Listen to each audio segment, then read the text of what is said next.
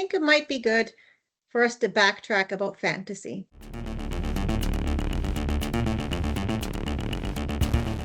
So I can begin, and of course, Chris, hopefully add. Um, so when we talk about fantasy, and you might notice the things that we're talking about is repetitive thinking or rehearsing in your mind, and how, thinking, or a big word, cognition, right? We engage at every time we role play for success. Okay, so you're going to go to this big interview. What are you going to expect? And you role play in your head, this is what's going to happen. And then you might have these ideas of success, or becoming the hero.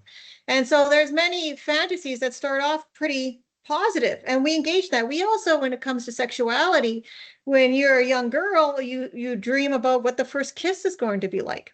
The Prince Charming. Disney fills up your mind with all these things, right? And that plays up your fantasy and what you can anticipate what might happen. And we gauge in these rehearsals, right down to being intimate with others, or even things that aren't intimate. People have sports fantasies, of playing really well your favorite sport, or just fantasies of being accepted in school. So, this is something important to note, that fantasy is normal. And you have to also note that even if some of your fantasies might edge on the concept of deviance, it doesn't mean you will practice it in reality.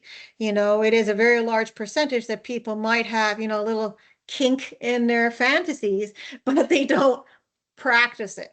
They know that doesn't really work well with others in their experiences. Like, Chris was saying, when you have these fantasies and it's rewarding, you practice, then you might experiment more with that, because when you talk about the learning process as us being human, that we actually say, well, that was successful, then I'm going to continue with that.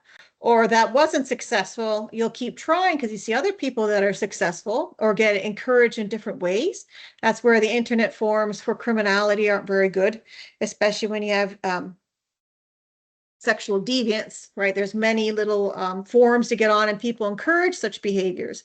But you might, like, how far will you persevere to keep experimenting or cementing these fantasies into reality practice? So it's just the commonality of learning and getting a feel of what you like, So whatever we're saying, there's normal components. It's when you start enjoying harming people or forcing people, dominating, controlling them. And there's many different ways you can feel yourself if you like that, without physically torturing them and so on, like the extreme of David Parker Ray that we've talked about.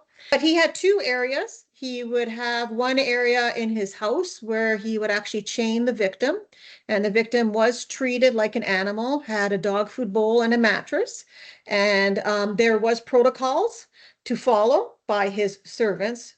He also had another mechanism that was built to practice bestiality in his house. So he had many locations to practice this. And then finally, his toy box, the cargo trailer, where he invested over $100,000 of money into that. He had many implements that were, do-it-yourself kind of things. And I'm sure while he was building these things, he was thinking about his fantasy. And he also worked in, it's like Parks and Rec, in Butte, Elephant Butte. And they said how he built many things there that had a lot of utility, like catching snakes and that. So he was very handy. It goes along, if you can draw, you can make fantasy drawings. So he was very handy in the sense that he can also move his fantasy from drawings to actually creating implements. And imagine the high you would get just by creating an implement that you can utilize in a real human. With any of these fantasies, they can morph. Part of it is really governed by the underlying psychology of the person. So, other than the, a lot of people have very specific fantasies or items, but they're not harmful to anybody else. They're not harmful to them. It's just something they utilize in their sexual outlet. But those who end up sexually offending and humiliating others and hurting others, there's usually something else to their psychological makeup that's blending in with the sexuality that's making them express their, you know, themselves in a harmful way through sex. That I was going to ask a question, but it seems like it's a little specific to sexual offenders. Every time we bring up this idea that some have a fantasy and even, watch these fantasies through pornography or, engage in the fantasies in non-harmful ways, how how can you tell, or I know that's like a big part of what you do, how can you tell who's going to offend or reoffend, or, you know, so how do you make that distinction? Well, there's criminogenic aspects to offending, and then there's the sexual aspects to offending, and those who are more likely to continue offending are those who have both. So the the sexual deviance alone may get you there, but if you combine it with other criminogenic factors, certainly a criminal personality, um, addiction, or active use, um, or lifestyle skills, things that just dysregulate people, poor emotion regulation, um, and then you add that, certainly if you have sexual preoccupation, sexual deviance, and criminality to the point of psychopathy, you have a very dangerous person. And then if that sexual deviance is pedophilia or sadism, sexual sadism disorder, you have an incredibly dangerous person. And if you add in necrophilia, obviously it becomes more and more deviant and more dangerous. So when you're looking at an offender, that's what you're looking for, to see if there's a combination of factors. And then you're looking at what's intervening, what's keeping it under control. Many child offenders don't have a preference for children. They've engaged in acts with children, and they may never do it again. Certainly those who engage in incest are just statistically less likely to do it again. They did it through access, but there are many incest offenders who are very, very dangerous because they have other criminogenic factors and they Right. may have engaged with other people. Mm-hmm. So it's really just an assessment of all of those issues to determine, what the likelihood is, and then again, what interventions or what things are in place to try to mitigate some of those issues. So Chris, what did you say, if you look more formally, like when you've done the civil commitment, that they look for a coercive component, um, as opposed to the other elements that you're talking about? Could you talk about that a little bit more? Yeah, I mean, when it comes down to the rape of adults, certainly the sadists end up falling into that category. They engage in acts of rape, but you'll see other violent acts in their offending and torture and things like that. Um, there's a class of offenders who they're basically generalists. They're psychopathic generalists. They'll engage in whatever offense is available, or whatever they decide to do in the moment. They may rob a house and find the occupant attractive and engage in rape, but they're not prone to necessarily rape again. They could rape again because they're a psychopath. So in that regard, they're dangerous, right? But they're taking an opportunity because it presented themselves. They're not going out on the nightly looking for that specific type of offense. But then you will see that sometimes they find that they like it and then they do it again. So when you start to see a pattern of multiple acts, then you start to have a better justification to make the case for them having a paraphilia that's with a backdrop of coerciveness, with a backdrop of violence. It may not be full sadism disorder, but there's something about coercing sex that's sexually interesting to them, and they're continuing to engage in it. And of course, psychopathy is just an ongoing risk factor. If somebody doesn't have any regard for other humans, and they're prone to commit crimes, then they're capable of generally, most anything. Yeah. And there's also, when it comes to people morphing into more deviant fantasy, there's definitely an emotional component to it. And I believe that's why it's an underlying risk factor to reoffending, because those who continue to engage in deviance are those who are regulating something else through that deviance. So when they're regulating something else through that deviance, that thing they're regulating is usually like a, for lack of a better word, like a malignancy, right? It's something within their character that's broken, and they're trying to treat it through something that makes them feel pleasure. And one of the things about sex is that the pleasure achieved through sex is rewarding to the brain. And so they engage in deviance, feel pleasure, and it not only provides pleasure, it also takes away a negative emotion.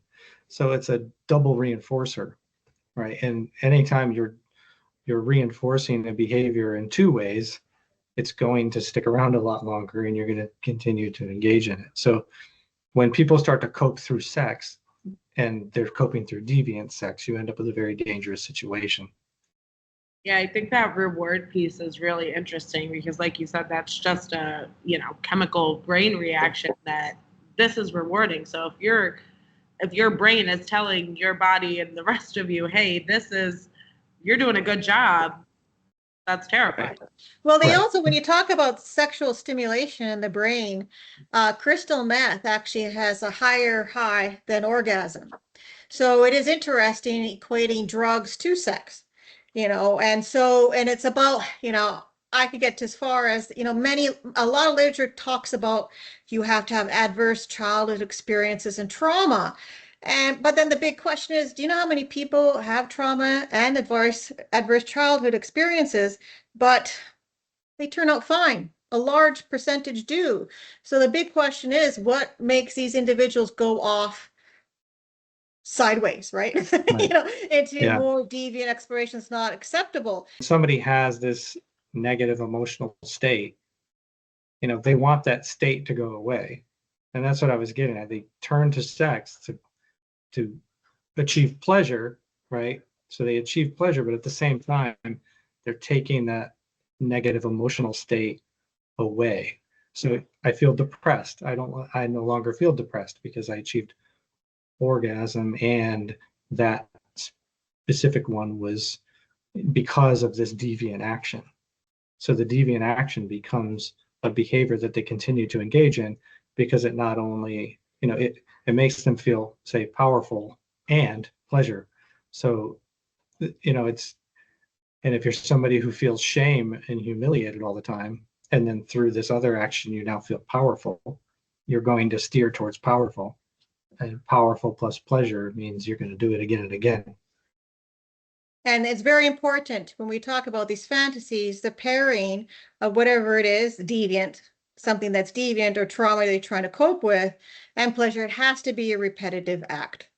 Okay, so I need to say this once in a while, sure. But if you find yourself continually doing this, and then, of course, just like any drug, you build tolerance, and then you start seeking. And Yeah. yeah, exactly. So it's the same way to view as a drug, Yeah. with this, but it's a different, it's not victimless. You're harming others. Yeah. And we're learning through some of the new weight loss drugs, right? The Ozempic and the GLP-1s, that many of the people who are on them say one of the big benefits to them is it takes away the food noise, right? So we all know what food noise is, right? There's that thing you want to eat, and you're not really hungry. I as a practice fast every day, so for 16 hours I don't eat, and a portion of that I'm sleeping. But there's always a time in that end of that 16 hours that I'm hungry. I know I don't have to eat because I do it all the time, but I just want to, right? And the food noise enters, right? And then oftentimes during the 8 hours when I do eat, there's a ton of food noise, right? Which is why I don't eat for 16 hours. Right? But it's that because those drugs take the food noise away, they allow the person to have the space to cope in another way, and they're, it's acting in the reverse. You're getting rid of that negative feeling, and you feel better about yourself, and at the same time you're getting rid of the obsessive nature of the issue, which is often emotional.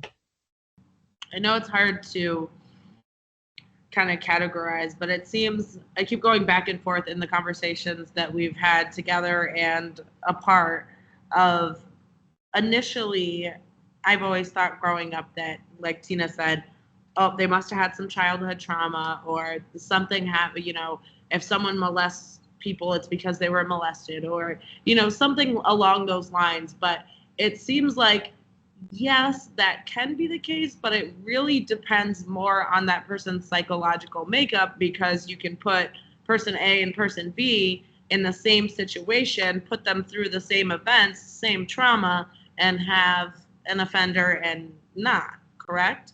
Correct. Well, that means harming, that means about harming other people though, right? It doesn't, that's a whole line about engaging in other self-harm or not being a good person, but we're talking about criminality. And in general, when you look at inmates, so when you have these people, statistically, 86% of them could say, yeah, I was sexually abused. I was physically abused. I was drunk or high when I did this act. So many people are going to run with it and say, if you have this, you're damned. Exactly. And you're not. I'm sorry, Chris, go ahead. Well, you hit on something that I was going to bring up and then forgot. So there's in many people who turn to deviance or offending, what I've noticed, and one of the differences between Tina and my approach is Tina's more academic and she reads a lot and she teaches, and I'm like hands-on and I talk to offenders and treat people. So I hear a lot of things from offenders and I, come up with theories that I don't necessarily research because I don't have time to, because I'm too busy practicing. But there's a fragility, right? There's a fragile nature to some people emotionally. So they experience the same thing as the other person. They turn, their reaction to it is not the same as someone else. So somebody may pick on them and they feel this intense humiliation, and somebody may say the same thing to another person and it doesn't bother them at all. They just, right, it just rolls off their back.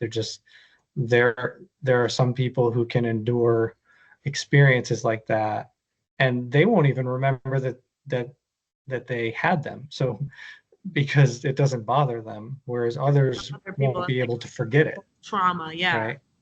So it's I see that in some people with severe mental illnesses or severe personality disorders, and sometimes people with severe addiction or polysubstance addiction, where they're just not just, whether it's their chemical makeup or all the experience flooding, they're just not able to regulate, and they need the tools to be able to regulate. Some of them need medication to be able to regulate. So when that pairs with some deviant outlet, that's where really the deviant fantasy and the offense type behaviors come in. And I do want to hit this little caveat. It's just my thing when it comes to this, because many students, they assume that there is a connection between mental illness and aggression. There isn't. It's very rare, but when it happens, it's messy. But please kind of caveat there. I don't want people to assume if you're suffering from an illness that you are really dangerous. Right. Yeah. Yeah. I'm a big advocate for mental health, so that will definitely be included. So how frequently does this idea of, deviant fantasy come up when you're studying, Tina, for you, just criminology and criminal behavior in general? And then Chris, obviously it comes up a lot, dealing with sexual offenders. But just speak a little to that. Tina, you're on my screen big right now, so you get to go first. But a little to how common is this deviant fantasy in criminals? Well, the academic doesn't have a percentage, but I will answer. Chris and I, we go through this a lot when we work with the crimes that we get from in the Criminal Investigation Resource Center, and especially crimes that appear to have the goal of rape or some kind of sexual interaction.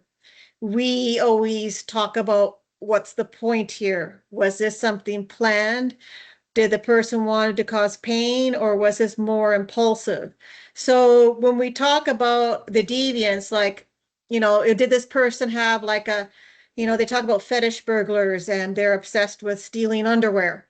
Did the person want that removed? Was that taken? There's so many things that we discuss when we look at these cases. Everybody has an idea of what they want to do and how to actually start the process off. And that's what we talk about a lot, about the reconstruction of this crime. Was he prepared? Did he bring a weapon? Did he take something from a place in the house but took it with him? So, when we talk about these fantasies, I don't know, Chris. I don't think we really use those words. We really look at, what picture is this person? What is he going for? And is this really a way for them? Is this more of a method like MO? Are they engaged to make sure they don't get caught? Or are they doing this specifically because they need that? There are cases that we have put on podcasts prior that some people are so compulsed that they will go out of their way to do a certain act on the body. So you have those elements there. So we continually talk about it in each case, the motivations, the goals, what do they need to do, and if this is truly a sexual deviant at work or just angry kids on the street saying, you pissed me off, I'm going to shoot you. So it's all different levels. Yeah, and there's, to piggyback on that, the deviant, the purely deviantly driven offender is rare, right? I mean, we used a pretty extreme example with David Parker Ray today. He's very clearly deviantly driven. There's, that's a primary driver of his offending. But most offenses, and even sexual offenses, are either emotionally or criminally driven, or those two. It's more rare that you see these pure deviantly driven, even among the child offenders. They can certainly morph into that, and it can become more fantasy driven if other things are on board. But most offending is that emotional, and it's why, and I hate this statistic because it often completely ruins the initial investigation of cases, but you're more often to be harmed by somebody so you initially look at the those are in the immediate orbit, and often if it's a young woman or an adult female, you're looking at her boyfriend or her husband, or whoever, whatever male is maybe seeking her in her orbit, and the stranger offender gets sometimes neglected in that investigation when they should have given that equal attention. So, but the statistics will tell you that it's most often those emotional states, but those crimes also look different too. So that's part of what we do, is try to figure out which of those cases aren't those, so that we can help steer the investigation towards these other options. And there's a lot of discussion that comes into play because, police have a very difficult job to narrow down suspects and who should they actually say, you did it, we're going to arrest you. And like you can say, well, this guy was raping everyone with a knife. And I'm like, well, you know how many people rape with a knife? But if you, unfortunately, a lot. Yeah. Yeah, exactly. But here's another element. But if you're threatening the victim with a knife, but have the pointed blade turned to your thumb and you're cutting yourself as you're threatening the victim, that's something to highlight. There's a deviant, nuance to this. So there's there's a lot of practical conversations Chris and I have to try to grasp nuances, or are these similarities? What should they be looking at? Or this is like, this happened just once and that's it. Yeah, it just happened to be the circumstances. That kind of Right. reminds me of what we spoke about with missing persons, that, you know, I have shared this statistic since we talked, that 1%, you know, about 1%, something really, like, they were actually abducted. You know, they may end up meeting some sort of demise afterwards, even if they left on their own accord, but it's pretty rare to actually be abducted, you know, and most people think, oh my God, they went missing. Who took them? And that's not always the case. Most times not the case. So it seems interesting that that's also with fantasy, that that's not usually the case. It's the extreme cases and the ones that we hear a lot about, because it's like, oh my God, it usually comes out in this messy, heinous way, like we were talking about, but it's not the common, you know, it's not the commonality. But it's not messy. Like messy is usually the first time, or someone is in a lot of duress when it happens. But some of them are very methodical in their killing. So it varies in many different degrees, and looking at it and trying to, think about who was considered, and maybe this person should be looked at more closely again. I guess it's safe to say that, these very extreme sexually deviant offenders are incredibly rare, right? They are, in essence, the serial sexual killers that everybody thinks a serial killer always is, right? They're depicted in the media. They're, many of the depictions in the media are these amalgamations of people. They become so much of an amalgamation that it's almost impossible that the offender could have all those characteristics at the same time. They just don't fit. Some media does a better job of it, and others it just gets pretty crazy. But and then in the same vein, you almost can't make up these people, right? The reality is almost outside of what you would imagine. But what's underlying all of this is every single one of these offenders is a person, and I'm not trying to endear them to anyone, trust me, but they're a person in the sense that psychologically they've gotten on this path of deviance for a host of reasons.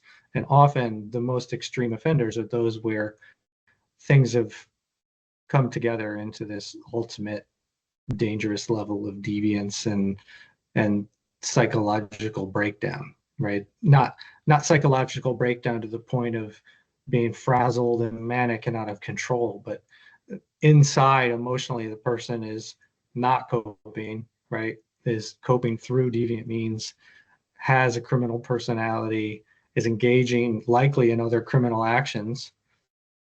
Sometimes those criminal actions are used to support their other offending. And, like in the case of David Parker Ray, he was creating his own, weapons and tools and implements that he was using to torture people. You can't go buy those things, right? So, so his lifestyle was just morphing into being Everything. completely immersed in the deviance. And like I said, those cases they're incredibly rare. We shouldn't walk around thinking like, oh, maybe tomorrow one of these people are going to abduct me, right? But that doesn't mean you shouldn't keep yourself safe. These types of people seek victims who are vulnerable, and people who put themselves in vulnerable positions, at risk of victim, being accused of victim blaming. When we engage in risky behaviors, we are putting ourselves at risk to dangerous people. So to the extent that you can avoid risky behaviors or use people you trust to help you in situations where you're going to engage in risky behaviors, especially if you're a young woman, you don't want to put yourself in those risky situations. Yeah, because these people do exist, just not around every corner. Correct. Thank you so much for joining us this week, Chris and Tina, and we will see you next time. This is Still Searching.